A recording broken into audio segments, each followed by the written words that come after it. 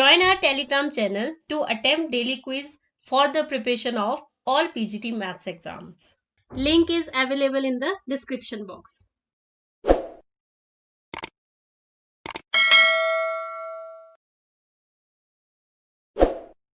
Hello friends, welcome to genius academy. 30 नवंबर का quiz का सोल्यूशन देखिए। A bag contain 4 balls. 2 balls are drawn at random without replacement and are found to be white. What is the probability that all balls are white?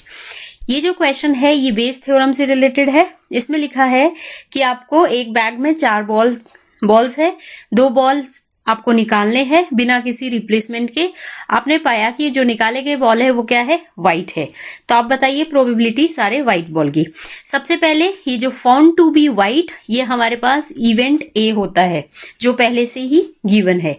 जो आपका event A है वो है drawing 2 white balls from the bag. ये आपके पास event A है। Next आपको क्या लेना है, 3 इवेंट लेने हैं। देखिए E1, E2 एंड E3। क्यों? क्योंकि bag contains 2 white balls and 2 other. क्योंकि 2 व्हाइट बॉल, ऐसा पाया गया कि 2 व्हाइट बॉल निकले। टोटल कितने थे, 4। तो हो सकता है पॉसिबिलिटी कि there are 2 white balls and 2 other colour different balls. ठीक है, तो मतलब फर्स्ट होगा there are 2 white balls and 2 other balls. 2 white होगी, 2 डिफरेंट कलर, 2 अलग कलर की होगी। ठीक है, नेक्स्ट E2 अगर इवेंट ले लेती हूँ, मान लीजिए there are 3 white balls and 1 other colour. और तीसरा जो E2 इवेंट हो सकता है, तीनों की तीनों, और there are all white balls in the bag. ऐसा भी हो सकता है। ठीक है, कि हम सारी व्हाइट बॉल निकालें तो कैसा होगा। अब तो ये यहाँ तो आपको पता है कि 3 ही पॉसिबिलिटी है। तो P of E1, P of E2, P of E3 आपका कितना होगा, 1/3। अब हमें निकालना है probability of A when E1 has occurred. मतलब E1 हो चुका है कि अगर वो बॉल आपकी 2 बॉल व्हाइट है, क्लियर, 2 बॉल आपकी व्हाइट है, और वैसे भी हमें A क्या है, हमारा व्हाइट ही बॉल निकालनी है। तो क्या होगी इसकी प्रोबेबिलिटी ऑफ A हो जाएगा व्हेन E1 हैज अकर्ड। ये आपका आ जाएगा 2C2 4C2। Similarly probability of A when E2 has occurred. तो मतलब E2 there are 3 white balls. तो अगर 3 व्हाइट बॉल है तब भी हमें क्या निकालना है, ड्रॉइंग 2 व्हाइट बॉल। तो मतलब 3C2 ओवर 4C2।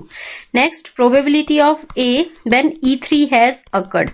अब E3 अगर हुआ है, चारों की चारों सारी क्या है, व्हाइट बॉल्स है, और हमें फिर भी क्या निकालनी है, ड्रॉइंग 2 व्हाइट बॉल्स। तो क्या हो जाएगा, 4C2 ओवर 4C2।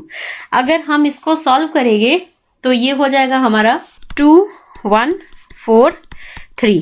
तो ये आ गया आपका 1/6। सेकेंड वाला 3 इंटू, फॉर्मूला लगा रही हूँ आप देख लीजिए, 3 इंटू 2 और 4 इंटू 3, ये कैंसिल, ये आपका 1/2 एंड लास्ट 4C2। तो ये तो आपका पूरा कैंसिल हो जाएगा। कितना हो जाएगा, 1। तो अब मुझे क्या करना है, बेस थ्योरम लगानी है। तो अगर बेस थ्योरम देखिए क्या होता है फॉर्मूला, प्रोबेबिलिटी ऑफ, मुझे निकालना है event A when E3 has awkward. तो ये हो जाएगा प्रोबेबिलिटी ऑफ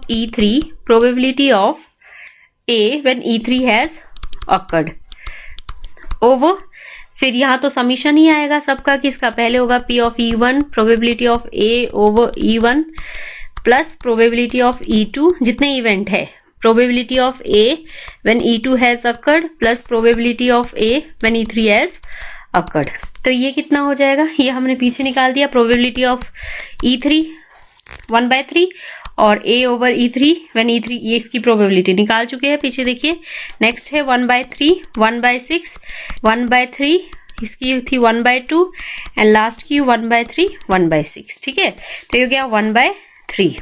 नेक्स्ट हो जाएगा 1/18, 1/6 एंड 1/3। तो एलसीएम लेके ये हो जाएगा 3 से, ये हो जाएगा 6 से। दैट मीन्स ये हो गया आपका 1/3 और नीचे 18, तो 18 को ऊपर ले जाइए, बाकी ऐड किया कर दीजिए, ये हो गया 10। तो कितना हो जाएगा, कट के 6, तो मतलब 3 2 और 5 2। तो फाइनल जो प्रोबेबिलिटी है आपकी वो कितनी होगी, 3/5। नेक्स्ट दिया है आपके पास, ये आपको फाइंड, ये दिया है A determinant, A matrix and A inverse matrix, then A B C क्या होगी, देखिए ए यहाँ भी है और सी इधर है, क्लियर। तो हमें एक, अगर आपको भी पता है फॉर्मूला क्या होता है, A inverse equal to identity matrix. तो ए क्या है मेरा, 0 1 2 1 2 3 3 a 1, clear. Multiply A inverse 1/2 minus 1/2 1/2 plus में है -4 3 c 5/2 माइनस 3/2 1/2, क्लियर। अब देखिए इस तरफ क्या हो जाएगा, 3 into 3 मैट्रिक्स है 1 0 0 0 0 0 1 0 0 0 1। अब देखिए मैं फाइंड आउट सारा नहीं निकालूंगी, मुझे ए और सी की वैल्यू चाहिए। तो जहां पे ए है, जैसे ये थर्ड रो है, हम क्या करते हैं, थर्ड रो को फर्स्ट से भी मल्टीप्लाई कर सकते हैं, फर्स्ट कॉलम से भी, सेकंड से भी और थर्ड से भी। तो अगर मैं थर्ड रो को फर्स्ट से मल्टीप्लाई कर दूं, तो अगर देखिए सपोज इसको करूंगी इससे, तो यहाँ कुछ आ सकता है कोई नंबर, फिर इसको आप इससे करेंगे तो भी कुछ नंबर आएगा, फिर नेक्स्ट वाले को इससे करेंगे तो दैट मीन्स वहां सी है। तो मैं कर लेती हूँ ये 0 into समथिंग हाफ 0, 1 into सी और हाफ into 2, तो कितना हो गया 1। और ये सी वाला कंडीशन मेरा कंप्लीट हो गया, तो यहाँ 1 0 0 0 1 0, क्योंकि कंपेयर करना है 0 0 1। और अब मुझे ए चाहिए, फर्स्ट सेकंड वाले को छोड़ देती हूँ मैं, क्लियर, सेकंड रो को। अब मुझे ये चाहिए, देखिए दिस इंटू दिस, इसको करती हूँ क्योंकि इसमें ए है 3/2 माइनस 4a प्लस 5/2, बाकी को करने की जरूरत नहीं है। तो दैट मीन्स ये जो आपका थर्ड इक्वल टू 0 और ये इसके साथ हो जाएगा इक्वल टू 0, तो क्या आ जाएगी, वैल्यू चाहिए मुझे ए और सी की।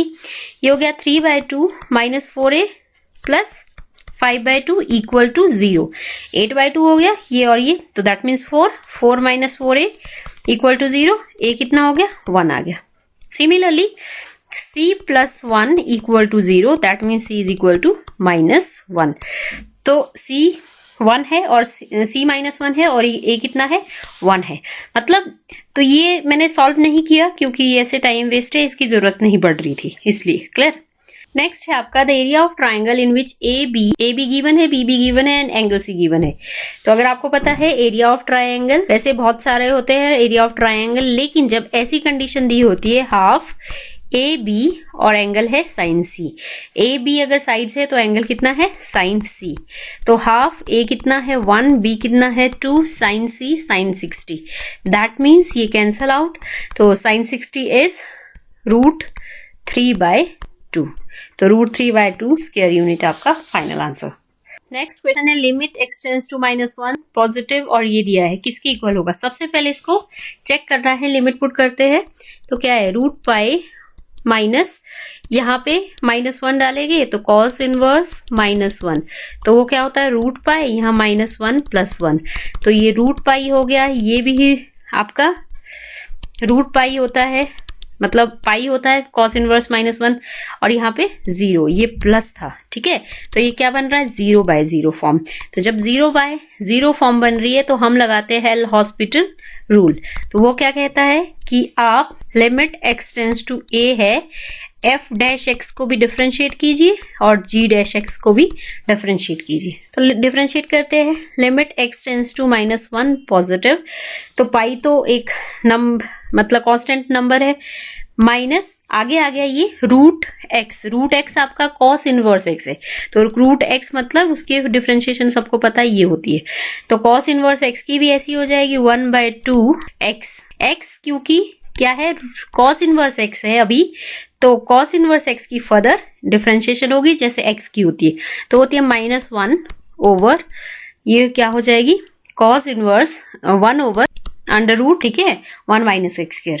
सिमिलरली g' करना है, ये gx है, तो ये भी आपका √x है, √x की डिफरेंशिएशन 1/2 √x, x फिलहाल x + 1 है और x + 1 की भी फर्दर डिफरेंशिएशन 1 होगी।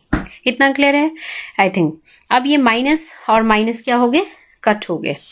अब आपको थोड़ा सा सॉल्व करना पड़ेगा, क्या करना है इसमें, limit x tends to -1 plus, इसको अगर मैं ऐसे लिख दूं 2 ऐसे भी कैंसिल हो रहा है, cos इनवर्स x, और ये वाली चीज को a + b a - b अलग अलग लिख दूं तो फर्क नहीं पड़ेगा, a माइनस बी, और इसको मल्टीप्लाई में लिख दो, ऐसे हो गया ये और ये क्या हो गया, कट हो गया। क्लियर। अब हम लिमिट पुट करेंगे, तो आप पुट करेंगे लिमिट, यहाँ डालेंगे under root cos inverse x की जगह -1 और सिमिलरली 1/1 माइनस ऑफ -1। तो आपको पता है कॉस इनवर्स -1 कितना होता है, पाई, तो ये हो गया रूट पाई, और नीचे multiply -1 minus plus 2, that means 1/√2 पाई आपका फाइनल आंसर। क्लियर है। नेक्स्ट क्वेश्चन है the length of common cord of the circles. ये इक्वेशन दी है सर्कल की, ये पहला सर्कल है जिसकी इक्वेशन मैंने S1 ले ली, ये सेकंड सर्कल जिसकी इक्वेशन मैंने S2 ली है। S1 की इक्वेशन ये है, S2 की इक्वेशन ये है। Clear. C1 and C2 be the two centres, ठीक है, इसका C1 सेंटर है, इसका C2 सेंटर है। अब मुझे लेंथ निकालनी है, मतलब ये PQ की वैल्यू निकालनी है। तो अगर मुझे PM पता चल जाए तो अपने आप PQ की वैल्यू भी डबल कर दूंगी मैं। क्लियर।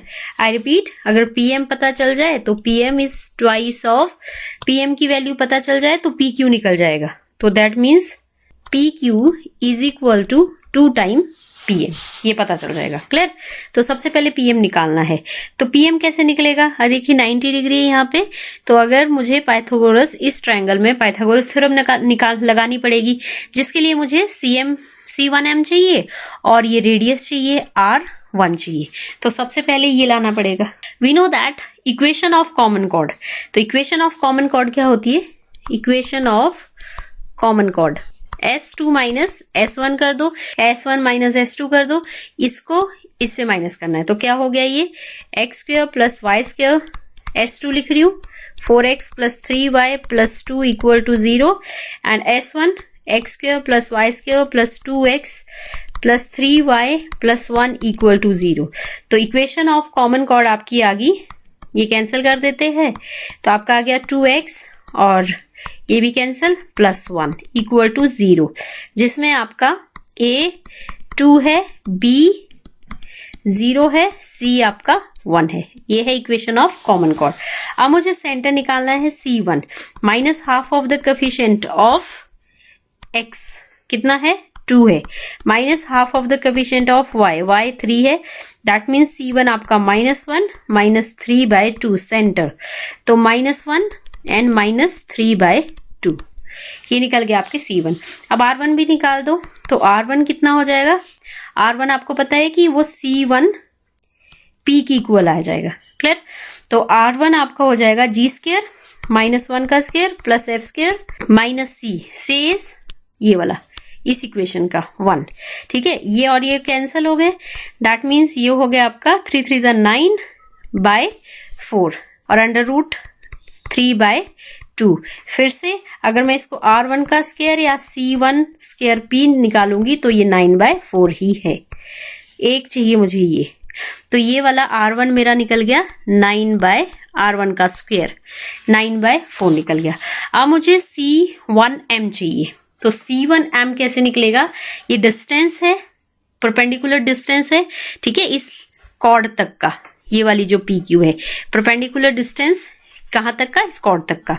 अगर आपको इसका फॉर्मूला पता है, क्या होता है डिस्टेंस का फॉर्मूला, C1m या परपेंडिकुलर डिस्टेंस, ठीक है, एक ही बात है, वो होता है mod of ax1 plus by1 plus C1 over a² plus b², ठीक है, ये वाला फॉर्मूला होता है, जिसमें आपका a और b मैंने अभी बताया पीछे, लेकिन जो x1 y1 है वो सेंटर के जो पॉइंट है, ये है x1 y1, और ab a2 है, b0 है, c1 है, ये दिया है। अब यहाँ डाल देते हैं फॉर्मूलाज में, तो कितना आ जाएगा, C1m इक्वल टू, यहाँ डाल देंगे 2 × -1 प्लस 0 और C1 प्लस 1 a² 2 का स्क्वायर 4 प्लस यहाँ पे 0, दैट मीन्स C1m कितना -2 प्लस 1 और ये हो गया 2, दैट मीन्स -1/2, दैट मॉड से बाहर ले लो 1/2। अगर इसका भी मैं स्क्वायर कर दूंगी C1m स्क्वायर, तो ये हो गया 1/4, ये भी आ गया। अब इन ट्रायंगल PC1m यहाँ पे मैं पाइथागोरस थ्योरम अप्लाई करूंगी, तो करते हैं पाइथागोरस थ्योरम। क्या हो जाएगा वो, PM का स्क्वायर डायरेक्ट ही अप्लाई कर लेती हूँ, ठीक है, वैसे ही हो जाएगा रेडियस का स्क्वायर PM का स्क्वायर प्लस C1m², ऐसे हो जाएगा। अब आप जो जो वैल्यू आपको पता है, ये है आपकी 9/4, ये आपको निकालनी है, और ये है 1/4। तो फाइनल कितना हो गया, इधर लेके आइए, 8 - 1 9 - 1 8/4, तो 8/4 मतलब ये हो गया आपका 2। तो अगर PM चाहिए आपको तो √2। अब आपको पता है length PQ twice of PM, तो दैट मीन्स 2√2 आपका फाइनल आंसर।